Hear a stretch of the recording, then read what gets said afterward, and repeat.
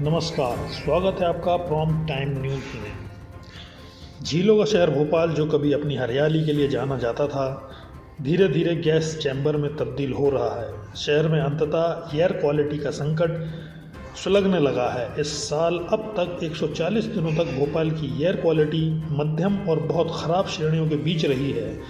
इस बीच 10 दिनों के लिए AQI 300 के आंकड़े को पार कर गया, जिससे ये खतरनाक रूप से दिल्ली के प्रदूषण स्तर के करीब पहुंच गया। इसका मतलब है कि करीब आधे साल तक शहर की हवा सांस लेने लायक नहीं थी। इस साल भोपाल की एयर क्वालिटी ने ये साबित कर दिया कि यहाँ रहने वालों के स्वास्थ्य को 3 तरह के नुकसान पहुंच रहे हैं: फेफड़े, अस्थमा और हृदय रोग। इसके अलावा अन्य बीमारियों से पीड़ित लोगों को सांस लेने में तकलीफ, लंबे समय तक सतर्क रहने से ज़्यादातर लोगों को सांस लेने की समस्या और अन्य श्वास संबंधी बीमारी हो रही है। भोपाल का AQI इस साल 10 दिनों तक 300 के पार रहा और इसे बेहद खराब श्रेणी में रखा गया।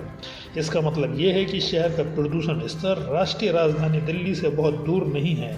इस साल केवल 63 दिनों में शहर का AQI अच्छा रहा और 111 दिन में इसे संतोषजनक माना गया।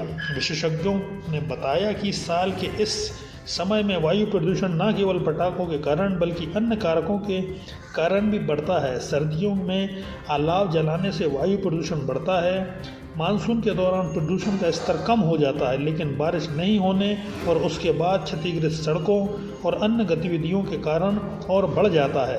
एयर क्वालिटी के लिए वर्षा चमत्कार करती है। विशेषज्ञों ने बताया कि बारिश के दौरान वायु प्रदूषण कम होने का कारण यह है कि वर्षा में धूल भारी हो जाती है और हवा में नहीं उड़ती। वाहनों से होने वाला प्रदूषण भी कम होता है, क्योंकि टायरों के कारण प्रदूषण को धूल हवा में नहीं उड़ा पाती, क्योंकि ये ज़मीन पर बैठ जाती है। यही कारण है कि मानसून के दौरान प्रदूषण का स्तर कम हो जाता है। अधिकारियों ने कहा कि क्षतिग्रस्त सड़कों के अलावा वाहनों से उड़ने वाली धूल और वर्षा के बाद निर्माण गतिविधियों में वृद्धि में प्रदूषण के स्तर में वृद्धि होती है। चैनल को लाइक, शेयर और सब्सक्राइब करना ना भूलें और कमेंट करके हमें बताएं आप किस विषय में न्यूज़ देखना चाहते हैं। धन्यवाद।